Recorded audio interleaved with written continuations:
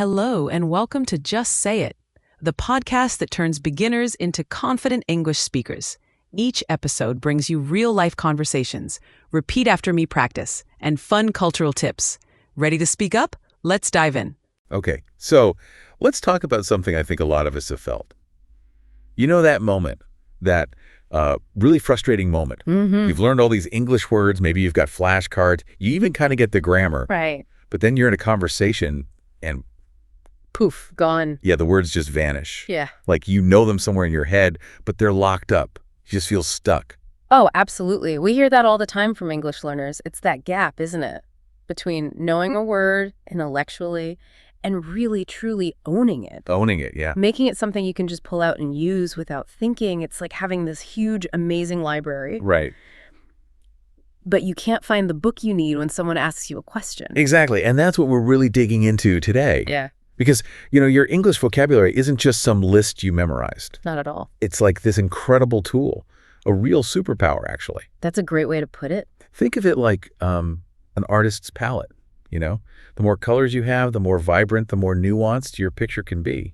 Yeah, you can express anything, any idea, any feeling. But the key thing, and this is what we want to explore, isn't just how many colors you have. Right. It's how you use them. Exactly. How naturally you mix them, how confidently you put them on the canvas. So our mission, really, is to figure out why this amazing power often stays hidden. And more importantly, how you can activate it, how you can really use it so you don't, lose it. Use it or lose it. Okay, so let's start with the why. Why does this superpower stay hidden? What's the core problem? Well, a big one we see is what you might call the knowledge without application trap. Okay. You learn new words, maybe you even understand the definitions perfectly, but if you don't consciously, intentionally bring them into your actual speaking, your writing, They just fade away. they really do. It's like language isn't a museum exhibit you just look at. Good one. It's more like a gym. Those vocabulary muscles, you got to work them out. If you don't use them, they atrophy, like collecting amazing tools but never actually building anything. Precisely. Our brains are efficient. If information isn't being used, it gets tagged as less important. It sinks lower down the priority list, making it harder to recall quickly when you need it.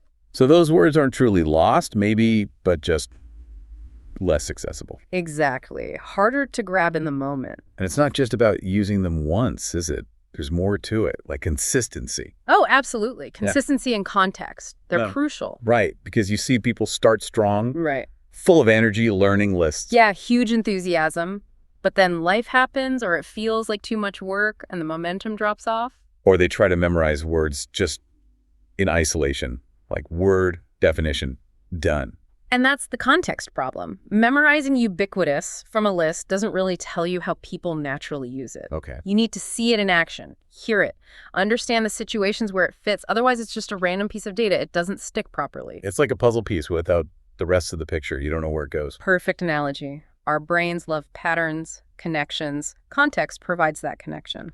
Okay, so if the problem is this gap between knowing and doing and the lack of consistent contextual practice, how do we fix it? How do we activate this superpower? Right, let's get practical. We've got some really effective strategies lined up. First one, and it's foundational. You need to embrace immersive listening. Immersive listening. So not just having English on in the background. Well, more than that. It's about actively bathing your brain in authentic English, the way people actually talk. Okay. Think about it. When you listen consistently to native speakers, you're not just learning words. You're absorbing rhythm, intonation, pauses. How things actually sound. Exactly. How phrases connect. It trains your brain subconsciously. It gets you ready to produce the language yourself. It's like tuning your ear. And the key is consistency, you said. Yes. Dedicate some focused time. Maybe 20, 30 minutes a day. But here's the trick. Find something you genuinely like. So not just dry grammar exercises. Please no. Find movies, TV shows, podcasts like this one maybe. YouTube channels on topics you're actually interested in. Because if you're interested, you're more receptive. Totally. Your brain's more open, less resistant. Learning becomes an experience, not a chore. That makes it stick. Okay, that makes sense. Immerse yourself in stuff you enjoy. What's next? Building right on that is prioritizing contextual learning. So moving away from just word lists. Definitely. When you meet a new word, don't just grab the definition, look at the whole sentence it came from. See how it lives. Exactly. What other words does it usually hang out with? Can you picture a real situation where you'd use it? It feels like quality over quantity here. It really is. You might learn fewer words in one go, but the ones you learn this way become truly active, ready to use. Like the chef example you mentioned earlier, not just knowing cumin, but knowing how it works with lamb, how it smells. Yes. That deep understanding makes it genuinely useful, not just trivia. Got it. Okay, so immersive listening, contextual learning. What's the really active part? Ah, yes. Active practice. This is non-negotiable, really. This is where you actually do something. Right. Listening and reading are vital for input, for understanding. But for output, for speaking fluently, you need to actually, well, speak. Even if there's no one to talk to. Even then, speak out loud. It might feel a bit strange at first. Yeah, talking to yourself. But it works. Describe what you're doing, narrate your thoughts, practice in front of a mirror, your mouth, your vocal cords. They need the workout. It's like building muscle memory for your mouth. Precisely. Even just 5 minutes a day of talking out loud, or even just forming the sentences in your head, clearly builds that pathway, builds confidence. In writing, does that help too? Oh, hugely. Writing engages different parts of your brain. You have to actively pull the word out, think about spelling, how it fits grammatically. It forces a different kind of focus. It does. And then there's repetition. But not just drilling it 50 times today. Right, you mentioned spaced repetition. Yes. That's key for long-term memory. Revisiting the word just as you're about to forget it, maybe tomorrow, then in 3 days, then a week later. That strategic timing is what locks it into your long-term accessible vocabulary. Okay, that makes sense. And you also mentioned reading. How does regular reading fit into activating this superpower? Reading is amazing. Seriously. And again, read what you enjoy. Novels, articles, blogs, whatever. Not just textbooks. Definitely not just textbooks unless you love them. Reading exposes you to so much vocabulary naturally in context. It's effortless learning in a way. And it has other benefits too, right? Beyond just words. Oh, tons. Studies show reading can massively reduce stress by up to 68%. Wow. It can improve sleep, boost your memory, and cognitive function over time, makes you more knowledgeable. And for language, it makes you more articulate. Exactly. It refines your sense of sentence structure, flow, word choice. You absorb good writing, and it makes your own speaking and writing better, more confident. Okay, so to make this really concrete, let's take a few words and see how this works in practice. Like, bring them alive. Great idea. We can explore a word, give a little story or context, and then, challenge you listening to try it out. Perfect. Let's start with, how about meticulous? Meticulous. Okay, so meticulous means being super careful, really paying close attention to every little detail, making sure everything is just right, perfect. Like that painter you mentioned, Sarah. Exactly, the painter Sarah. She was meticulous. Every brushstroke, every color mix, every tiny petal done with such intense care and precision. That's why her work was so admired. Or you might say, my colleague is meticulous with spreadsheets. Every formula is double-checked, every cell formatted perfectly. Right. So for you listening, think about something you do meticulously or someone you know. How would you use meticulous in a sentence right now? Give it a try. Okay, next word.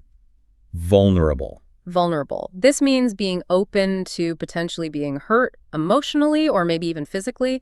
It implies a certain openness, maybe a lack of defenses. Like Lena sharing her fears. Yes, Lena felt incredibly vulnerable opening up about her fears and dreams. It was scary for her, that exposure. But it strengthened the friendship, didn't it? It did. It built trust. So you could say, after the layoff, he felt very vulnerable about his future. Or, sharing your creative writing can make you feel vulnerable to criticism. It takes courage. So thinking about your own experiences or someone else's, can you make a sentence with vulnerable? Okay, word number 3. Unabashedly. Ooh, I like this one.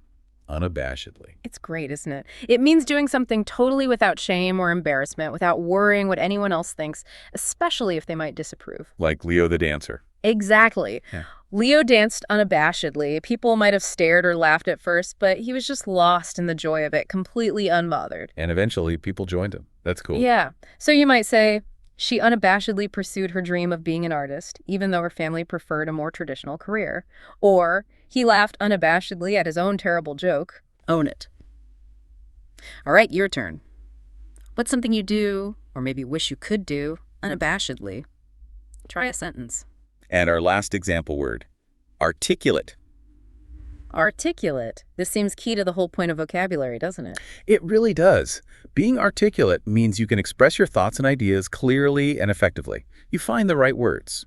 And you mentioned reading helps with this. Absolutely. The more you read well-written material, the better your own internal sense of language becomes. It makes you more articulate. So examples. She gave a very articulate explanation of the complex scientific theory.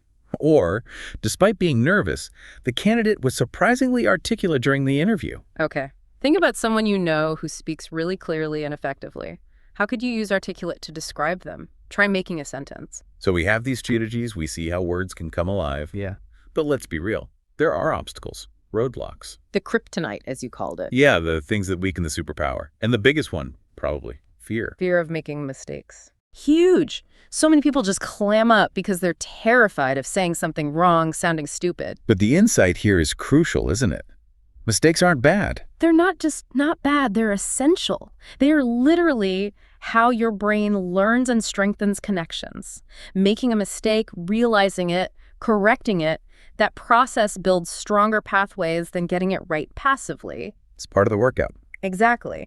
And honestly, in most real-life chats, people value effort and clear communication over perfect grammar. Confidence goes a long way. Okay, so embrace the mistakes. What's another barrier? Feeling like you don't have anyone to practice with. The no speaking partner problem. Right. But today, that's less of an excuse, really. There are so many online language exchanges, AI chat partners that are getting really good. And just talking to yourself. And talking to yourself. Seriously, it works. Your mouth needs the practice forming the sounds. Okay, what else? Sometimes people get bogged down in grammar, right? Oh, yeah. The grammar perfection trap. Look, grammar is important. It's the structure.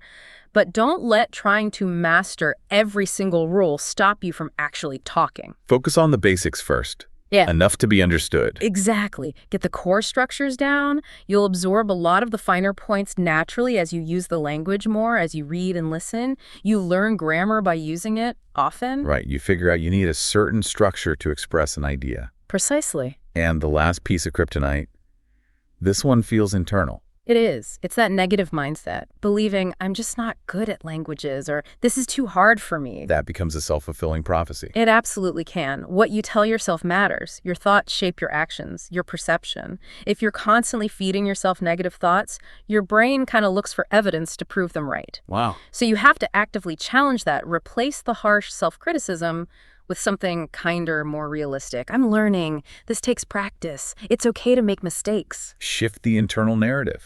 Okay, so bringing this all together, what's the main takeaway? I think it's that your English vocabulary isn't this static thing you just acquire. It's alive. It's dynamic. A tool that gets stronger the more you use it. Precisely. It's about consistent, active engagement, not about reaching some mythical point of perfection tomorrow. Every little bit counts. Every conversation, every new word you actually try to use. It all adds up. It really does. Your English vocabulary, it genuinely is a superpower. It is. But like any power, its strength, its real impact, that depends entirely on you.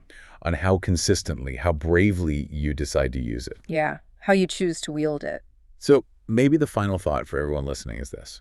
Reflecting on everything we've talked about, what's one small thing, one single actionable step you can commit to today?